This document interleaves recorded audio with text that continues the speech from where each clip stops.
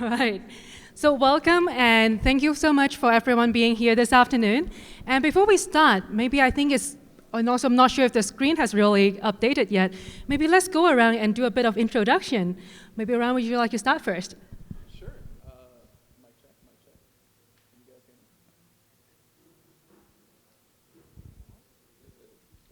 hear me? On? Oh, here we go, here we go. Hey everybody, thanks so much for having me on. I'm Ryan Kagy, founder of thecreators.com.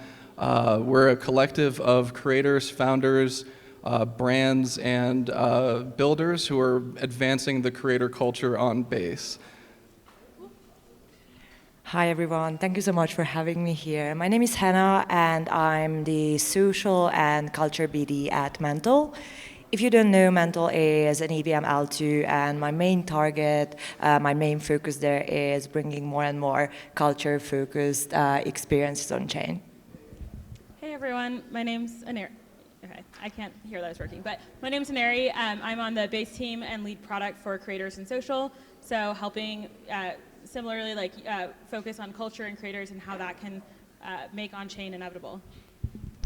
Awesome. I think we have a really great panel here, especially as we talked about in the previous panel about how creators can really tap into resources that are widely available to different creators, might be experienced or just newly started to get on-chain and really get settled in, right? I mean, like, it is not just about putting your content out there, but now we're thinking about, as we move it on-chain, how could we tokenize that? How do we actually involve our community around that too?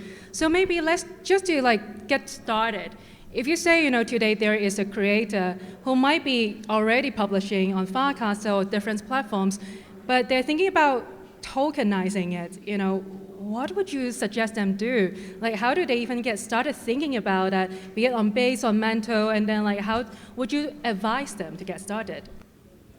Yeah, I think it's a decision that a lot of people perceive as really high pressure. Like, we talk to some creators that have massive followings that are like if I launch a token, this is it. My reputation is so tied to it. And what we'll do is we will encourage them to just experiment on chain, and a token can be the first thing they do, but it shouldn't always be the first thing. And I see the GM Farcaster crew here, and there are two creators that started with a podcast. They started putting their mints on chain. More people started minting it, then they started expanding from there. And I think just experimenting with different ways of tokenization, tokens as in coins say, is just one form. But I think the other thing that's really important is to set expectations with your audience. A lot of the creators that we work with that, again, have huge followings, they worry about the reputational risk of something that so far hasn't proven to be really long term. And so until those models actually start emerging where people are okay if a token just has a value for a short period of time, or okay if it's just a means to a gated access to something else, that expectation setting is really important when you have good long-term players that are trying to do something in the space while also being good faith with their fans that they've built up over a long time. Oh, sure. I definitely agree with the idea of experimentation. I think that is very vital for creators who want to try out, new methods of discovery, finding new audiences. I think that's really important. There's two, I think, really good concepts that are currently being tested out in the Base ecosystem. One of them is Zora. They just released, the ability for any post made on Zora to automatically make its own coin. A lot of people have been experimenting with that, and we've been seeing kind of a new normal developing where instead of, insiders and KOLs and, trenches, the new alpha is creativity. The new alpha is what creators can you find and discover with your creative eye? How can you be discerning to see what is an up and coming creator that I can almost invest in their creativity, you know what I mean? And I think that's the new kind of meta that we're all circling around. Another really good product out there in the Base ecosystem is Clanker.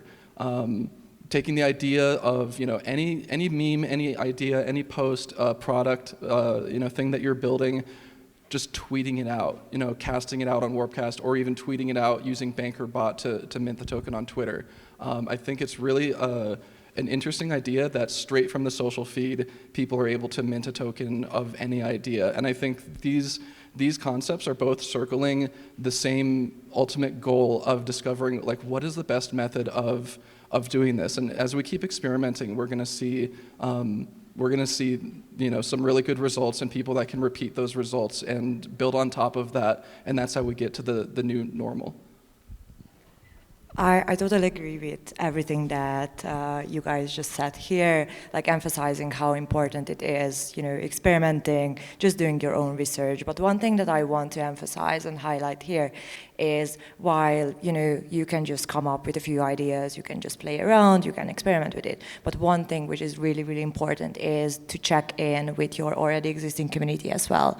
So you have to listen to the people who you are actually building with, who you are actually creating and, like nurturing values with.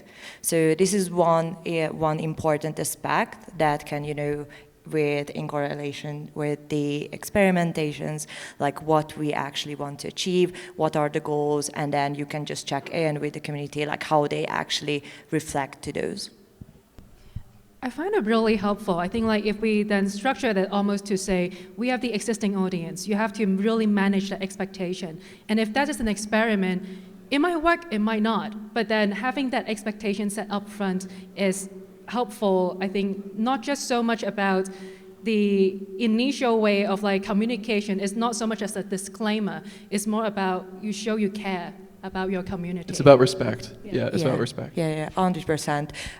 Just about like the expectation setting is, we know that like how the space is like moving like so quickly. Everything changes, a new platform, a new, like a tool is coming up like every single week. And one thing to be like, conscious with or conscious about is like once you set an expectation at the very beginning of, your strategy, what you want to achieve, is like you have to be extremely flexible to change it. So for example, you come up with a strategy to how you're gonna onboard your community to like a new platform, and maybe the feedback is not gonna be the same, or the results are not gonna be the same, but maybe it's gonna be good in a totally different way. So you have to just align your strategy based on like what kind of results you got. And to add on to that, I think if you have your heart in the right place and if you just keep building, then you cannot make a mistake. If you make a mistake, you pick yourself up, you keep building, you move on. I think that's the core thing about Web3. That's the core thing about being an entrepreneur, a builder, a founder, and caring about the community that cares about the product that you're building. If you're just open and honest with your community about everything that you're doing and you build in public, then they're on board with you every step of the way. And I love how like this is really bringing your community together on a journey and admitting that maybe at some point things don't work out, there was a mistake, but still pick yourself back up. And I think like it kind of ties into like this part where you mentioned earlier, Ryan, about right now, it is not just about having a token to engage with your existing community, but you also now see people using this as a way to discover new platforms or new creators whom you might want to, you would say you're bullish about them and you really want to stick your confidence into it, and kind of introduce that dynamic between your existing community, who you might have done a great job setting expectations, and also a new community that is coming into play about they might not have the same idea about, they were not in the journey with you so far to building this whole tokenized content.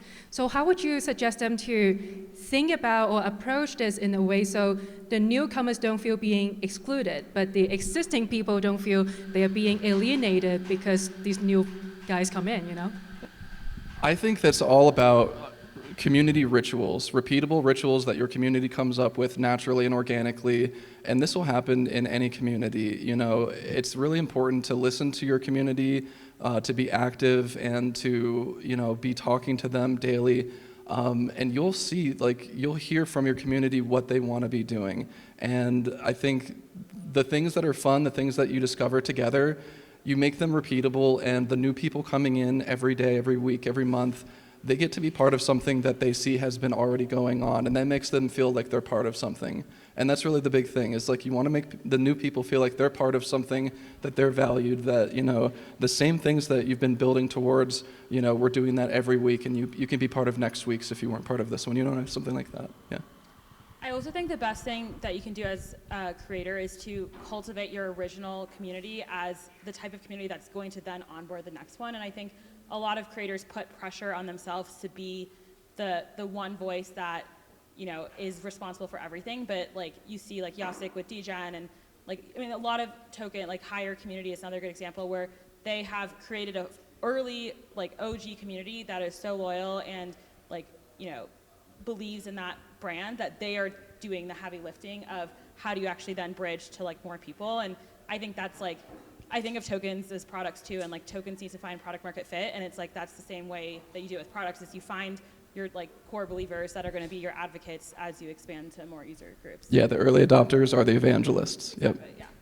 The OGs. Yep. Exactly.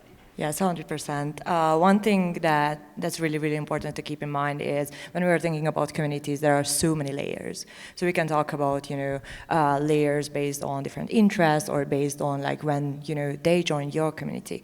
And I think one thing that, you know, we are also trying to emphasize with artists that we are working with is like whenever we are planning a strategy, like let's figure out like the initiatives based on these different layers. So there is one incentive, you know, that you can actually reward or actually offer for your OG contributors. And there is another one which is totally different, which is for attracting and onboarding new members in your community.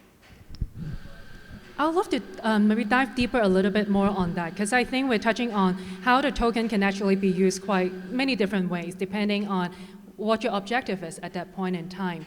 And I know that we also cover a lot of these are experimentations. They might work, they might not. But let's look at the optimistic way, right? Let's look at the best practices or your favorite so far. Hello, Mike. Okay.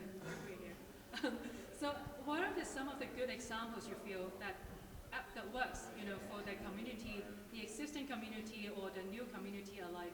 And how do they try to make it sustainable so it's not going to be a short-term thing that people would later on feel a bit disappointed or let down about?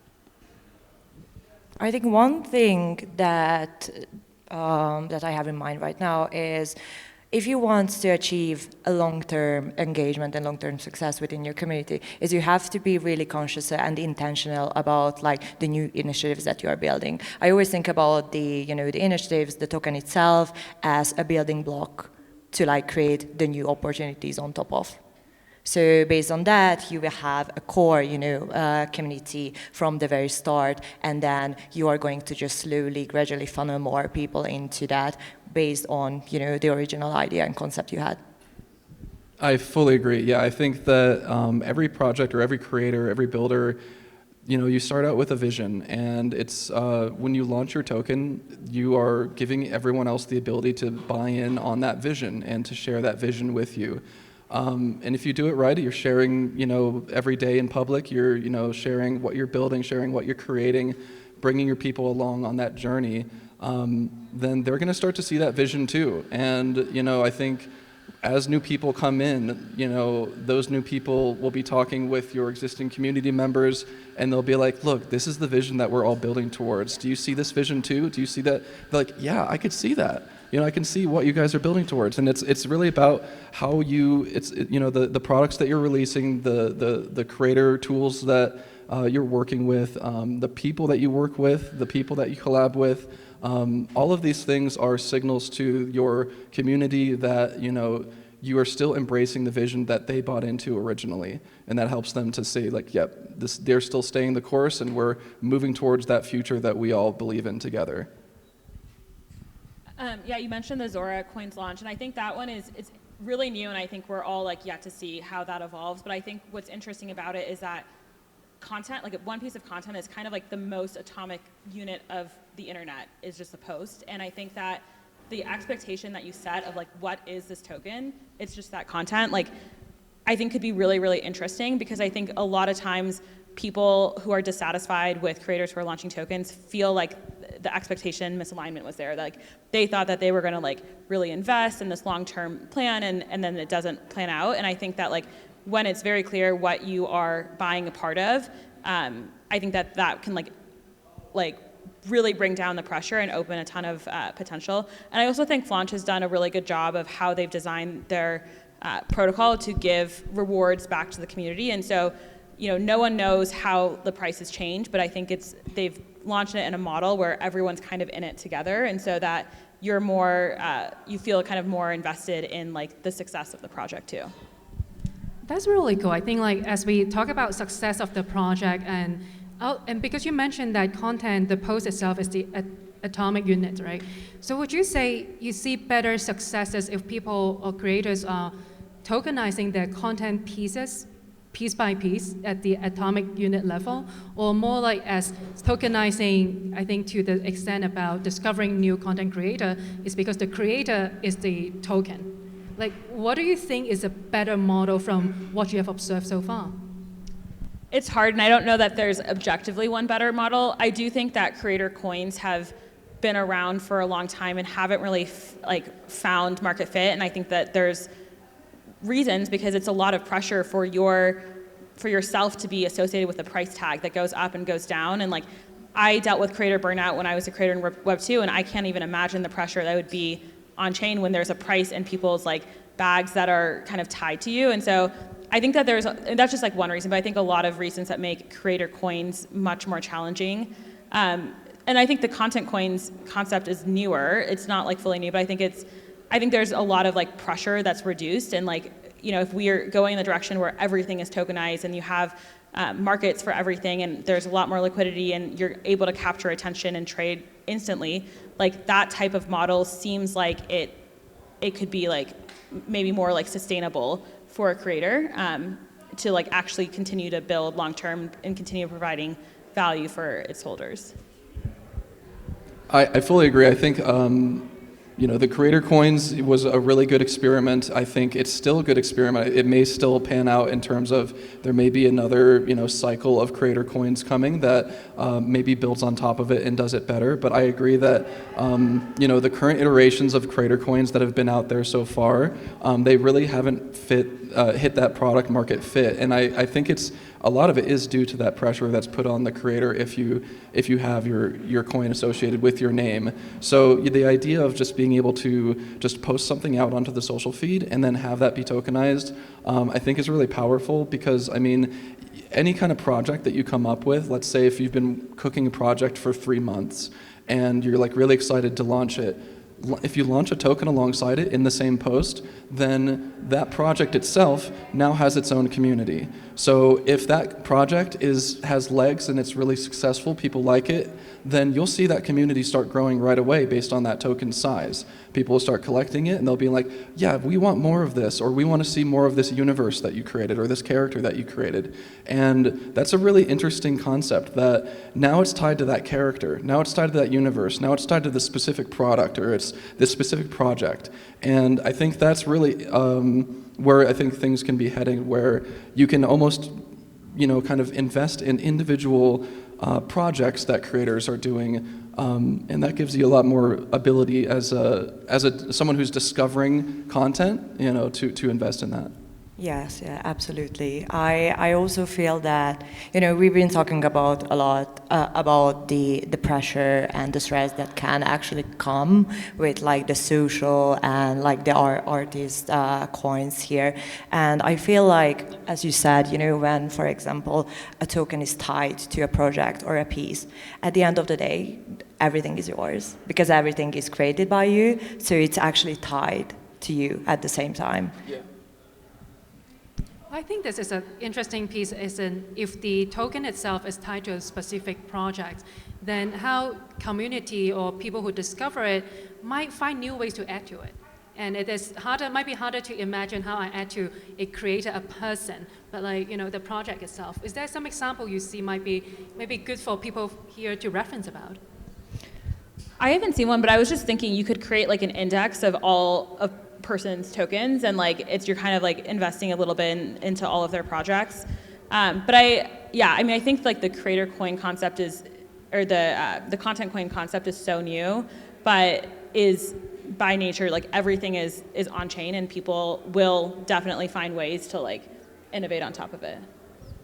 I think one of the good examples out there is Banker Coin. That one was launched on Clanker ecosystem, and that token, it's very interesting what OX Deployer has been doing with that, where the token now has become part of the banker terminal, where if you hold that token, you get extra features of being able to interact with this private banker terminal that you can just tweet at or cast at, and it will execute transactions for you. And this is a basic building block, like primitive, that's like he's making that can go into so many other things. It starts with tweeting at it in your social feed, but it can be integrated into many other products in the future. So I think that the idea of just launching the token around that, he's going to find many more uses for that token in the future, I think, and also he's already seeing community spring up around,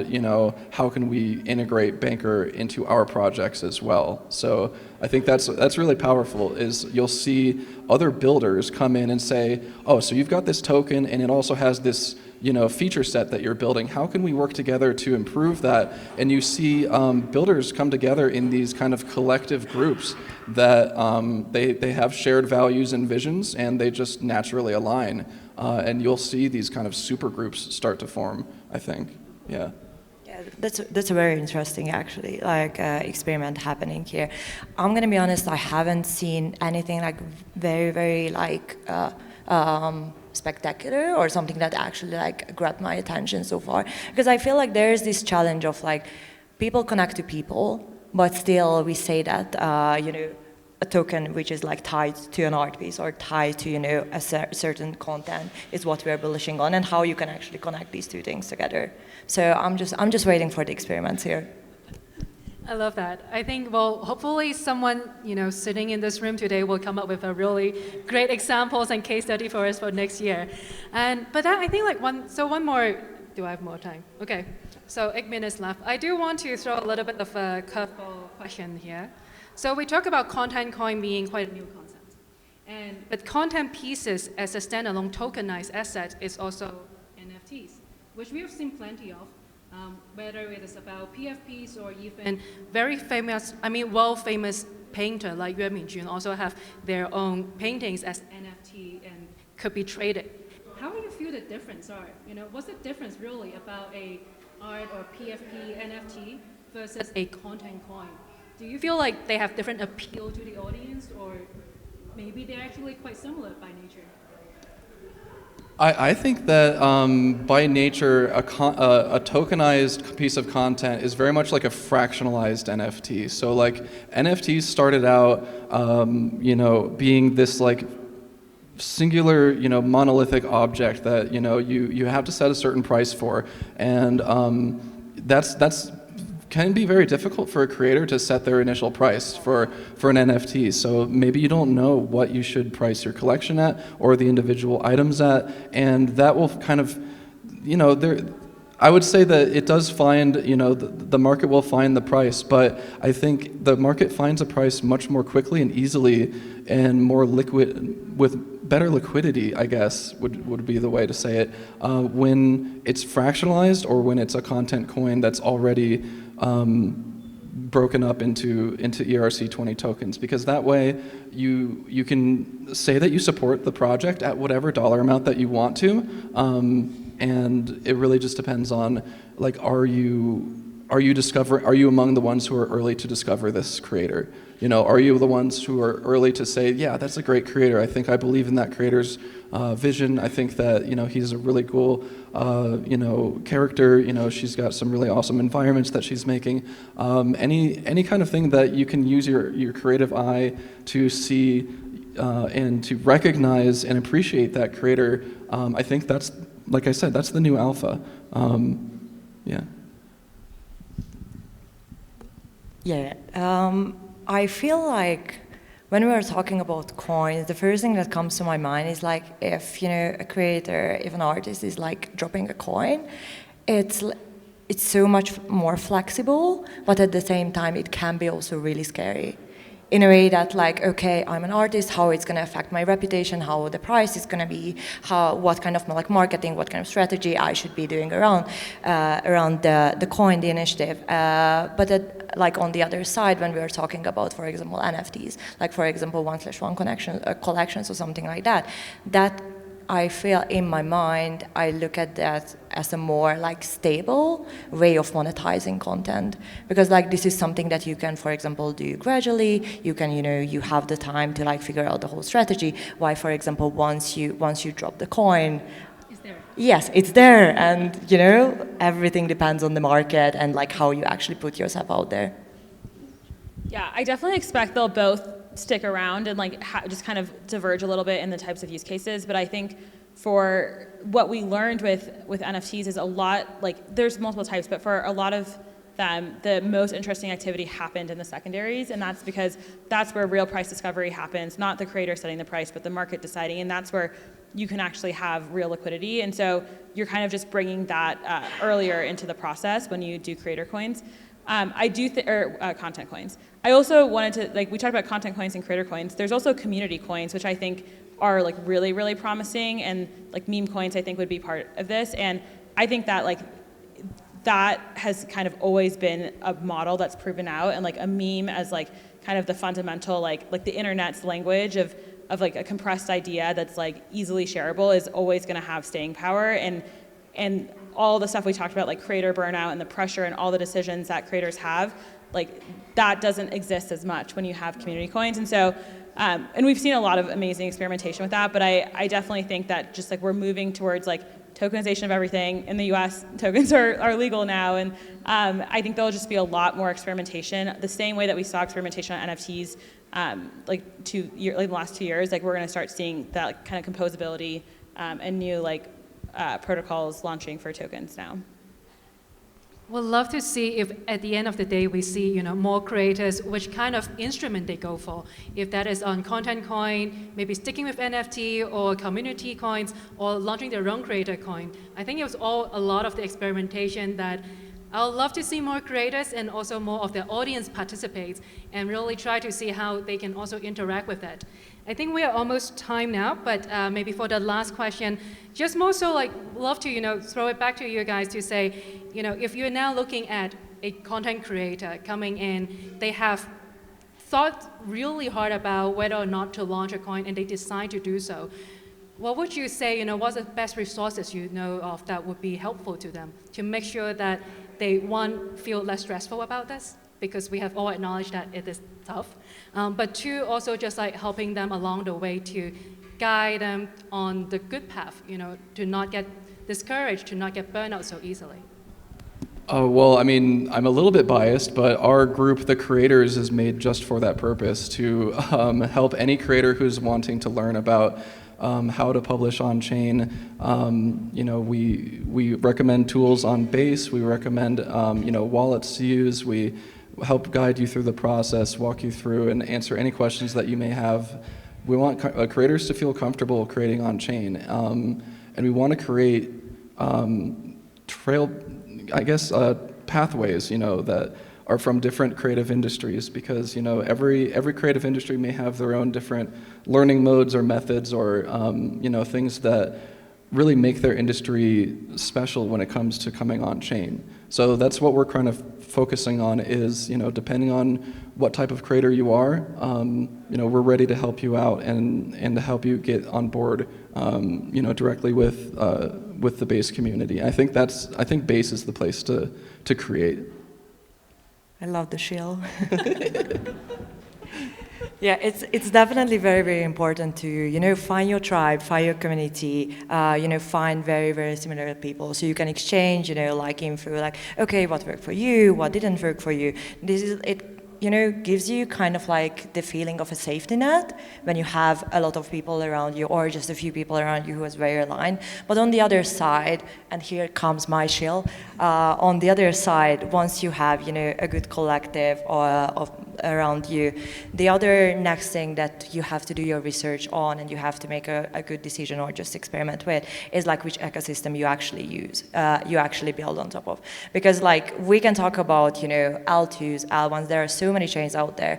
And when we are talking about like what's the biggest like differentiator between them, one is I think the team behind it.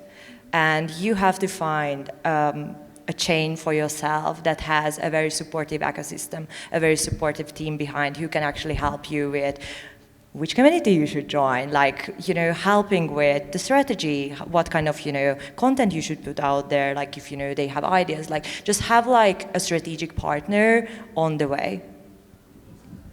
Yeah, I mean, I think definitely like communities like that are so important because like you do need like hand-holding and you need a support community and you need people that are like helping share best practices. I see Ted in the audience and she's always been a creator that I just like really admire because she leads with curiosity. And so anytime before she tries anything new, she'll be like, hey, I'm gonna like play around with this. Like, how does this work? And I think that's what creators need to do is like lead with curiosity and that like type of authenticity is like so important for people to see. And it's like we're all doing something new here, and it's like no one expects anyone to have all the answers, but like when you're being authentic like that, and like building in the open is what we say at Base, it's like it's so important, and I think that's like the best thing that you can do. Yeah, creators helping creators, builders helping builders, I think is the meta. You know, that's the vibe. When you see another creator, another builder out here, and you see the work that they're putting into it, offer some help. You know, reach out a hand, say, hey, how can I help you? You'll see so many people, you know, be so grateful for, you know, just providing an example of like what might work. That can be a lot, yeah. Yeah, and the best thing is, you know, when we're talking about ecosystem, just like how, you know, Base is nurturing creators and artists, like how Mantle is on the path to do the same as well. Basically, when, you know, there's a team behind an ecosystem, one thing which is like really, really essential to actually start building also like very like focused sub-communities as well. Just as you have your own community, we also, for example, launched an art initiative called Another Art, and basically the TLDR is if you're an artist, you can actually submit, you know, a conceptual idea or, you know, a piece of content, and basically based on your portfolio and, you know, all your previous works, we actually invite you to a curated group. And with that, you know, you as an ecosystem can actually connect these artists with each other and as well as with opportunities. So important to recognize creators and artists out there, to give them the recognition they deserve, because that can change their whole lives. Yeah.